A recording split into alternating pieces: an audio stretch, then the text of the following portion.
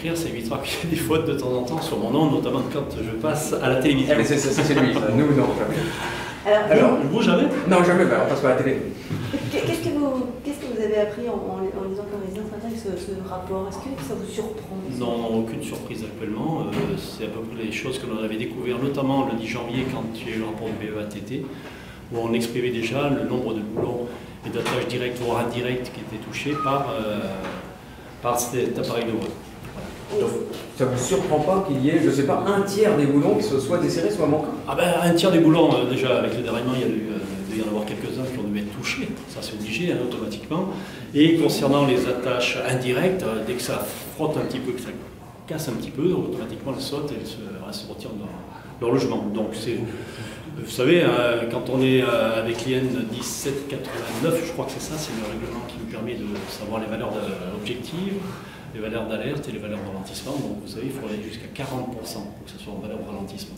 Donc, en français, valeur de ralentissement, 40% des attaches, il y a 150 attaches, ça fait à peu près 70 attaches. Même pas tout à fait, 55-60 attaches qui sont... Il peut manquer 60 attaches? Il peut manquer avant qu'on mette des ralentissements, oui. Voilà, attendez, il y a trois valeurs.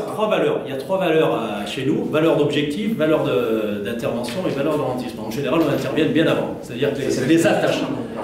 Oui, ça permet de ralentir le train. C'est-à-dire que si vous avez un train qui roule à 150 km/h, si vous êtes en valeur d'intervention, en général, vous avez plus de 30% de nos attaches qui sont déjà détériorées, ou qui sont défectueuses, ou qui sont desserrées, voire supprimées, ou inexistantes. Voilà, c'est un petit peu tout ça. C'est-à-dire qu'en valeur objective, c'est 20% des attaches, c'est-à-dire qu'elles sont non serrées ou inefficaces. Voilà un petit peu, c'est ça. La deuxième chose, c'est valeur d'intervention, c'est quand on en a 30% qui sont serrées et inefficaces. Et à partir de 40% en valeur de ralentissement, c'est-à-dire qu'elles sont serrées et inefficaces, et puis voilà, ça donne en gros... Non, mais ça veut dire qu'à Bretigny, c'était en dessous. C'était en dessous. C'était en valeur d'objectif, quoi. C'est-à-dire que ça rentrait dans les normes. À l'époque, quand on a vu le rapport, c'était le rapport du BEATT. Le rapport qui vient d'être sorti par...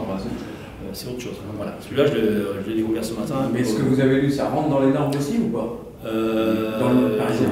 Il faut que je finisse de le lire. Voilà. J'aimerais mieux avant de vous donner plus d'informations. Ça marche. Merci à vous. Merci beaucoup.